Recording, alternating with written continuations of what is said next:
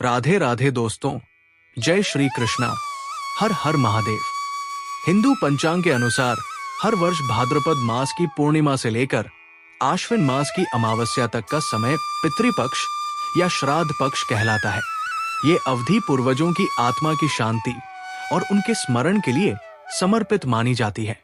धार्मिक मान्यता है कि इस दौरान यदि श्रद्धा पूर्वक पिंडदान, तर्पण और श्राद्ध किया जाए तो पितर प्रसन्न होकर परिवार को सुख, समृद्धि और आशीर्वाद प्रदान करते हैं।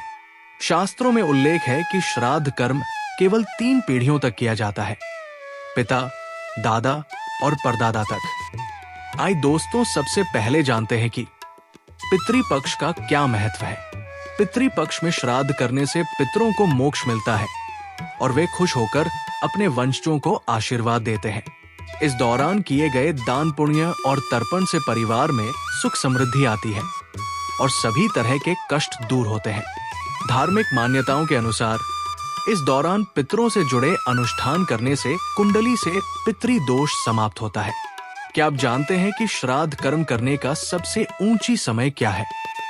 दोस्तों, श्राद्ध कर्म करने का सबसे उचित समय दिन का मध्याह्न माना गया है और कहा गया है कि यदि संभव हो तो गंगा या किसी भी पवित्र नदी के तट पर श्राद्ध करना अच्छा होता है।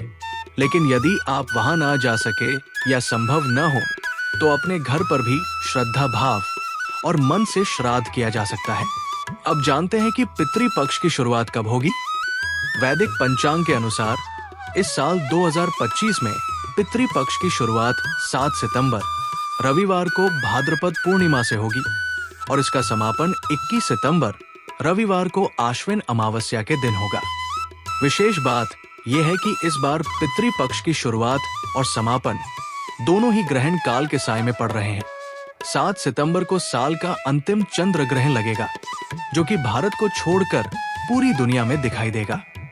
वहीं 21 सितंबर को अमावस्या के दिन वर्ष का आखिरी सूर्य ग्रहण होगा। अब जानते हैं कि श्राद्ध पक्ष की तिथियां क्या रहेगी। इस बार पूर्णिमा श्राद्ध 7 सितंबर को पड़ेगा, प्रतिपदा श्राद्ध 8 सितंबर को, द्वितीया 9 सितंबर को होगा। तृतीया और चतुर्थी श्राद्ध दोनों 10 सितंबर को एक ही दिन मनाए जाएंगे।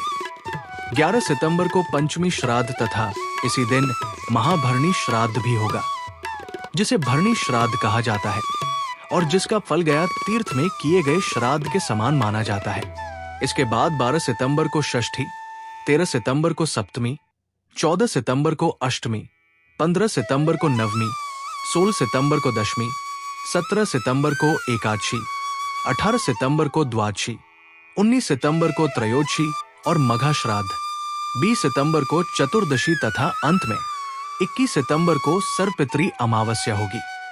दोस्तों, क्या आप जानते हैं हमें श्राद्ध में ऐसी गलतियां नहीं करनी चाहिए जिसे हमारे पूर्वजों नाराज हो तो। श्राद्ध में क्या करें और क्या नहीं, आइए जानते हैं। श्राद्ध का समय पितरों की आत्मा की शांति और आशीर्वाद प्राप्त करने के लिए अत्यंत महत्वपूर्ण माना जाता है। इस दिन प्रातःकाल स्नान करके घर की साफ सफाई करनी चाहिए और पितरों का स्मरण करते हुए विधि पूर्वक तर्पण और पिंड दान करना चाहिए। ब्राह्मणों और जरूरतमंदों को भोजन कराना और दान देना शुभ माना जाता है। श्राद्ध में सात्विक भोजन जैसे खीर, पूरी, दाल, सब्जी आदि ही बनाया जाता है। इस दिन मांस, मद्य, प्याज, लहसुन जैसे तामसिक पदार्थों का सेवन वर्जित है। घर में झगड़ा, क्रोध, झूठ बोलना या किसी का अपमान करना भी अनुचित माना गया है। श्राद्ध के समय विलासिता, शोर शराबा और दिखावा करने से बचना चाहिए। ये दिन श्रद्धा और शांति का होता है, इसलिए पितरों को स्मरण कर शांति और करुणा से यज्ञ, तर्पण और दान करना ही सबसे बड़ा पुण्य माना गया है।